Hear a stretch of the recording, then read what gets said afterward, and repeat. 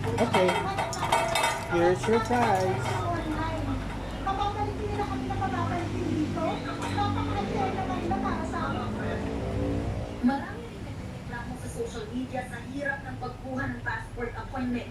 May mga travel agency pa raw na naniningil ng Bilis naman. 2,600 pesos para makakuha lang ng slot.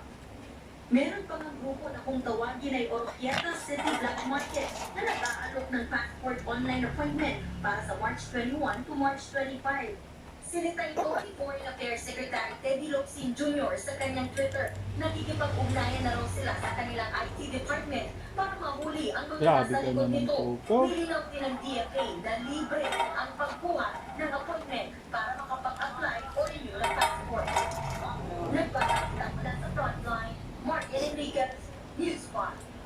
Ah, Isa na naman pong kaso ng Asian hate crime sa Amerika. Ginawang punching bag, pinagtatagyakan at tinuraan pa ng isang Oh, lalaki ano sa naman New yan? York na isang tinahay na senior citizen. Yan ang mga sa Frontline News abroad. yun talaga tong Darko na to. Kapasok na sana ng apartment sa New York ay 67 years old na Iba pa yung lalaki video. na isang Pinay. Ah. Habang binubusan niya ang pinto, bigla na lang may dumating na lalaki sa kanyang likod.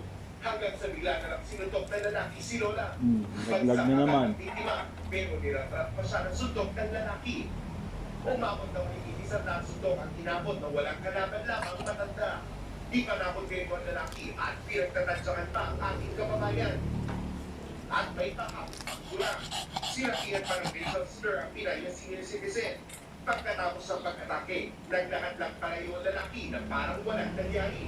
Sa pulong ng CCTV, mabilis namang na-arrest ang suspect na kinasuhan ng attempted murder and assault dulot ng hate crime. Ang biktima Pinay naman, nagkabali-bali ang buto sa iba't ibang bahagi ng katawan at nakaranas rin ng pagturubo sa kanyang utak. Kinundena na ng ating konsulado sa New York ang pag-atake. Ito na raw ang pangatlong pag-atake sa mga Pinay sa New York ngayong linggo.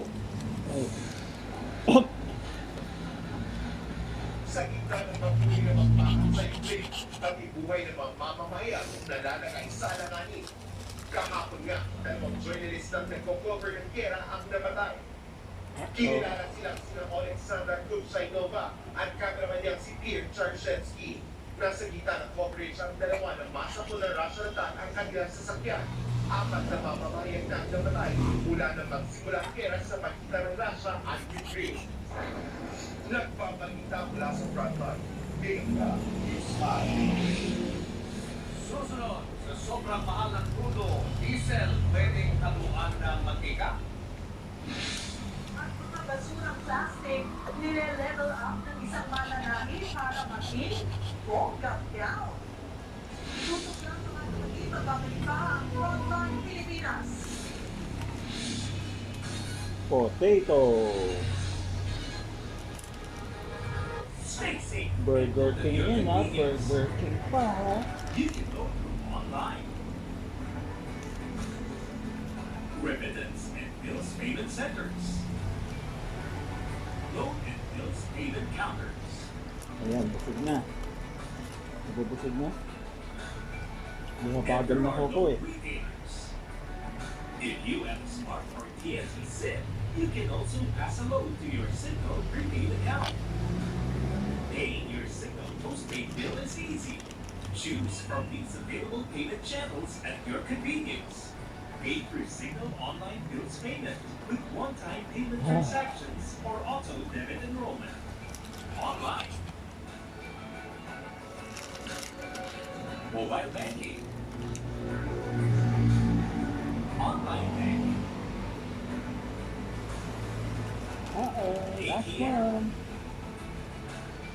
And over the counter. Yan. Ito yung mga nilaglag nito.